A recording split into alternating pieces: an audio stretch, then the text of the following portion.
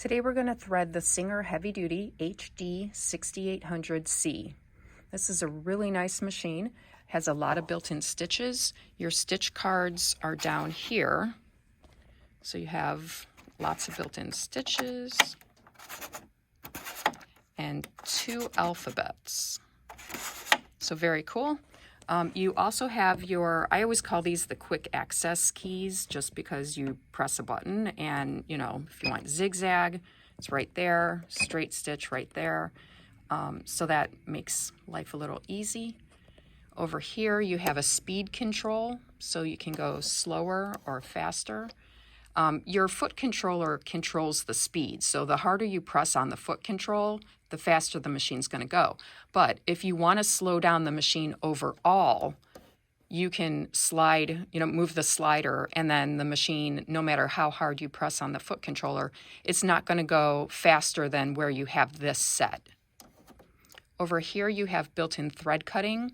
That's an automatic tie-off, needle up and down, and what that does is cycle your needle. So if I press it, your needle goes down, press it again, needle comes up. This is it's like a play button, and you can use that to either sew without the foot controller, without, having to press the controller. I use it for buttonholes. So, I set up my buttonhole, I press that button, and it'll make the buttonhole all in one go without me having to press on the foot controller. You can also press it when you're winding a bobbin. Get your bobbin winding set up, press that button, it's going to keep winding. When the bobbin is full, press it again so that you stop the machine. And then this is a reverse button. Let's start by winding a bobbin. What you're going to do first is put your spool on the spool pin and put on a spool cap. And you want your spool cap to either match the diameter of your spool or be smaller than it. You're going to take your thread and you're going to follow the dotted line here. That's your diagram for threading the machine to wind a bobbin. So the dotted line shows us going through thread guide number 1. You're going to put the thread in between the discs. Make sure it's between the discs. And wrap it around.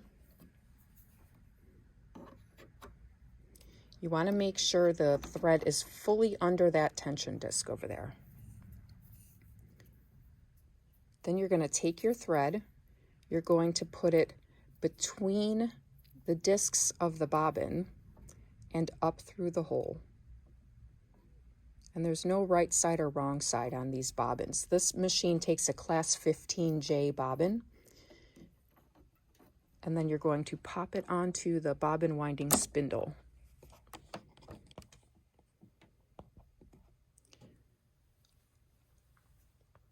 Once you have your bobbin on the bobbin winding spindle, you're going to hang on to this top thread nice and tight.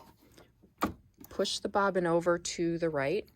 Hang on to this thread. What you're going to do is hang on to it, hold it straight up so it doesn't get wound around the bobbin. You're going to let the thread wind down and up a few times, and then you're going to stop and clip this thread that you're holding, and you can keep winding.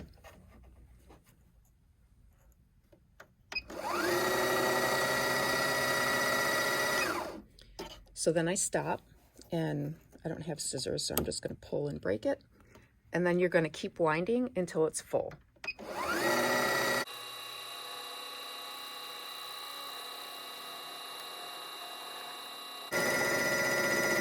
So see how it's hesitating? That's when the bobbin is full. You're going to stop the machine, push the bobbin to the left, take it off of the spindle, cut or break your thread, and you're done winding a bobbin. We wound our bobbin, so now we're going to install the bobbin. So you're going to pull this latch to the right. Your bobbin cover is going to come off. This piece is called your bobbin case. Your bobbin is going to drop in so that if you pull the thread, the bobbin should turn counterclockwise. So drop that in there like that. You're going to put your finger on the bobbin, pull the thread to the right so that it goes behind this groove, and follow your arrows. I call this going through the valley over the hill. So you're going to go through the valley over the hill, straight down, and pull till it cuts. There's a little cutter right there, and that'll break your thread. That's all you do. And then put your bobbin cover back on, snap it down. The first thing you want to do before threading the machine is raise your presser foot. So that's this lever right here. You're going to lift your presser foot. What that does is open up the tension discs, which are in here. Your thread has to be in between the tension discs when you thread the machine. Otherwise, when you go to sew, you're going to get that loopy mess on the underside of your fabric. So get your presser foot up and let's move on. Now we're going to thread our machine for sewing. In this instance, you're going to follow the solid line. So the solid lines on the diagrams on the machine are what you're going to follow to thread the machine. So number one, we're going through that same first thread guide. We're going to bring it down behind this thread guide at number 2 and straight down the front groove.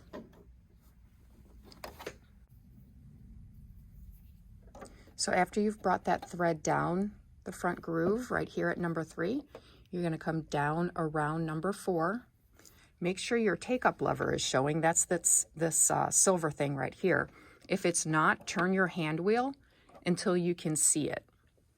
So you've come around 4, go to the right, to the left, and straight down through the take-up lever. So look at your take-up lever from the side. Make sure the thread is in the front part of the take-up lever. Bring the thread straight down, and this is a thread guide. Your thread's going to go behind there. So we just put our thread behind this metal thread guide. You have another thread guide right here directly below your needle clamp. So put the thread there. Oops, there we go. Now you can either just thread the needle manually, or you can use your needle threader. The needle threader, you're going to pull this straight down. Thread is going to go behind this hook or under this hook on the left. It's going to go between the 2 prongs in front of the needle, but in between the 2 prongs right there. And then let it go. That loop in back, pull the loop, because what that does is when you pull that loop, it drags the thread through the eye of the needle. Now you're going to put your thread under the presser foot and toward the back, and you're ready to sew.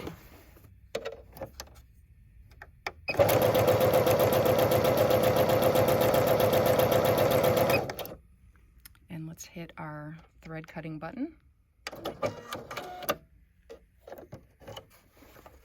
And there you go. I hope you enjoy your machine. The Singer HD6800C is a really nice machine. One other thing I want to mention, there is an extension table available for this machine. We sell them quite a lot. This one here is the mechanical version. So this one is for mechanical machines, not the computerized. If you purchase one of these extension tables, make sure up here it says computerized extension table. I don't have one in stock because we sold them all, but we will have them in stock pretty soon if you want to stop in. And that's it. So, like I said, I hope you enjoy your machine. If you have any questions, please put it in the comments and subscribe to my channel. I would appreciate that, and have a great day. Thank you for watching Sewing Bites.